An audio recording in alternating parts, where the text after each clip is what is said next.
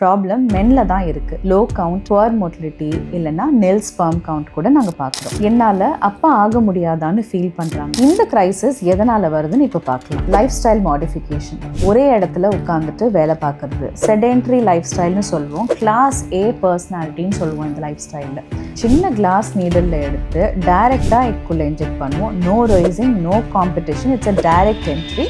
அதுதான் ICSI procedure. ஒரு ஷாக்கான உண்மையை சொல்லட்டுமா? 1970s இருந்து ஆண்களோட ஸ்பெர்ம் கவுண்ட்டை கம்பேர் பண்ணும்போது இன்னைக்கு 2026 இருக்கும் ஆண்களுக்கு 50% ஸ்பெர்ம் கவுண்ட் குறைஞ்சிடுச்சு. ஃபார் எக்ஸாம்பிள், முன்னெல்லாம் WHO கிரைட்டீரியா படி ஸ்பெர்ம் கவுண்ட்டை நம்ம சொல்லும்போது 100 மில்லியன் நார்மல்னு சொன்னாங்க. அதுக்கப்புறம் 25 மில்லியன் நார்மல்னு சொன்னாங்க. ஆனால் இப்போது க்ரூகர்ஸ் க்ரைட்டீரியா மாறிடுச்சு. அதாவது WHO ஸ்டாண்டர்ட் க்ரைட்டீரியா மாறிடுச்சு.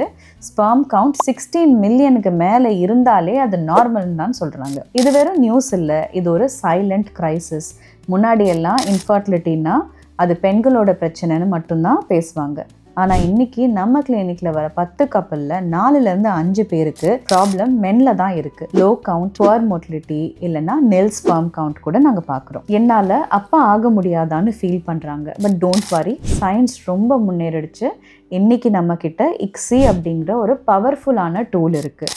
Even if you have just one healthy sperm, உங்களால் பயாலஜிக்கல் ஃபாதர் ஆக முடியும். ஏன்னா ஒரு கருமுட்டைக்கு ஒரு விந்தணு இருந்துன்னா ஃபர்டிலைசேஷன் கண்டிப்பாக நடந்துடும். அது எப்படின்னு தான் இன்னைக்கு பார்க்க போகிறோம். Hello everyone, welcome back to my channel. நான் doctor Archana Sainathan, your fertility expert. Infertility ஜேர்னியில் இருக்கிற பயத்தை போக்கி உங்களுக்கு நம்பிக்கை தரது தான் என்னுடைய மிஷன். நீங்கள் இன்னும் நம்ம சேனலுக்கு சப்ஸ்கிரைப் பண்ணலைன்னா please hit that subscribe button right now. Male fertility, female ஃபர்டிலிட்டின்னு எல்லா டாபிக்ஸ்லேயும் அப்டேட்ஸ் வேணும்னா அந்த பெல் ஐக்கானையும் ப்ரெஸ் பண்ணிடு. So what is ICSI? First, இக்ஸின்னா என்னன்னு சிம்பிளாக புரிஞ்சுக்கலாம். ஃபுல் ஃபார்ம் என்ன அப்படின்னு பார்த்தீங்கன்னா இன்ட்ராசைட்டோபிளாஸ்மிக் ஸ்பெர்ம் இன்ஜெக்ஷன். இதை நாங்கள் இக்ஸின்னு சொல்கிறோம். சில பேர் அது ICSIன்னு சொல்கிறாங்க. That is a layman term. நாங்கள் அது இக்ஸின்னு தான் சொல்லுவோம். Medical term is ICSI. Normal IVFல என்ன நடக்கும் அப்படின்னா, ஒரு டிஷ்ஷில் ஒரு எக்கை வச்சு அந்த எக்கை சுற்றி லட்சக்கணக்கான ஸ்பெர்ம்ஸை வைப்போம். இதுக்கு ஒரு ஃபார்முலா கேல்குலேஷன் இருக்குது. ஒரு எக்குக்கு இத்தனை மில்லியன் ஸ்பெர்ம்ஸ் இருக்கணும்ன்ட்டு. அத்தனை மில்லியன் ஸ்பெர்ம்ஸையும் அந்த எக்கையும் நம்ம சேர்த்து டிஷ்ஷில் போட்டு ஒரு பெட்டி டிஷ்ஷில் நம்ம அதை இன்குபேட்டருக்குள்ளே வச்சிட்டோம்னா அதுக்குள்ளே ஒரு பெஸ்ட் ஸ்பெர்ம் அந்த எக்குக்குள்ளே போய் ஃபர்டிலைஸ் ஆகும். இது நேச்சுரல் செலெக்ஷன். நேச்சுரலாகவே எக்குக்குள்ளே எந்த ஸ்பெர்ம் போகணுன்றது செலக்ட் ஆகிக்கும். ஆனால் ஸ்பெர்ம் கவுண்ட் ரொம்ப கம்மியாக இருந்ததுன்னா, இல்லை ஸ்பெர்மால் ஸ்விம் பண்ண முடியல, மோட்டிலிட்டி ரொம்ப கம்மியாக இருக்குது, மார்ஃபாலஜி ரொம்ப கம்மியாக இருக்குன்னா எக்கு கிட்ட அதால் போகவே முடியாது. அங்கே தான் இக்ஸி நம்மளுக்கு ஹெல்ப் பண்ணுது. இக்ஸியில் நம்ம லக் நம்ப மாட்டோம். ஒரு ஹை பவர் மைக்ரோஸ்கோப்பை யூஸ் பண்ணி இருக்கிறதுலையே பெஸ்ட்டான ஹெல்தியான ஸ்பெர்மை டாக்டரே செலக்ட் பண்ணி அண்டர் த மைக்ரோஸ்கோப் ஒரு கருமுட்டைக்குள்ளே நாங்களே செலுத்துவோம்.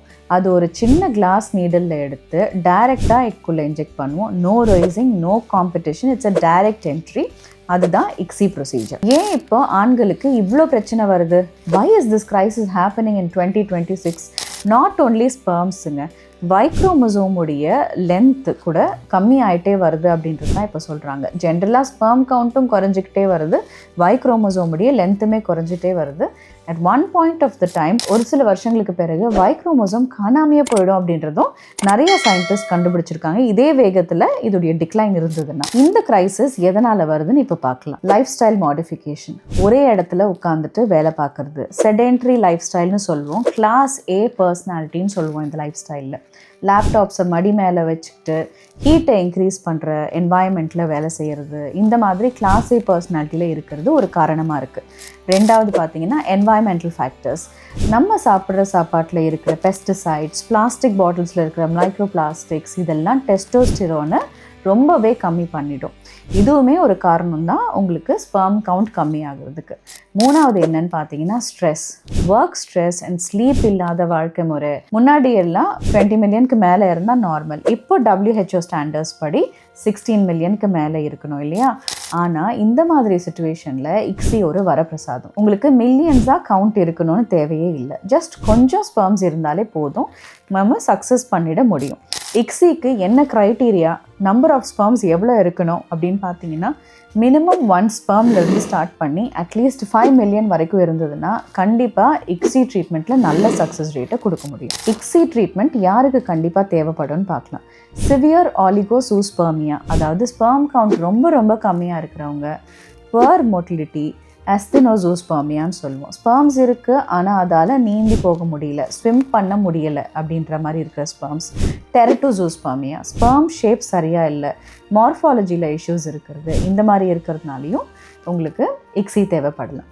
ப்ரீவியஸாக ஐவிஎஃப் ஃபெயில் ஆகிருக்கு, நார்மலாக ஐவிஎஃப் ட்ரை பண்ணியிருக்காங்க, ஃபர்டிலைசேஷன் ஆகலை, நெக்ஸ்ட் ஸ்டெப் இக்ஸி தான். ஏன்னா கருமுட்டைக்குள்ளே விந்தணுவை நாங்களே செலுத்துறதுனால இதில் மோர் தென் 99% ஃபர்டிலைசேஷன் நடந்துடும்.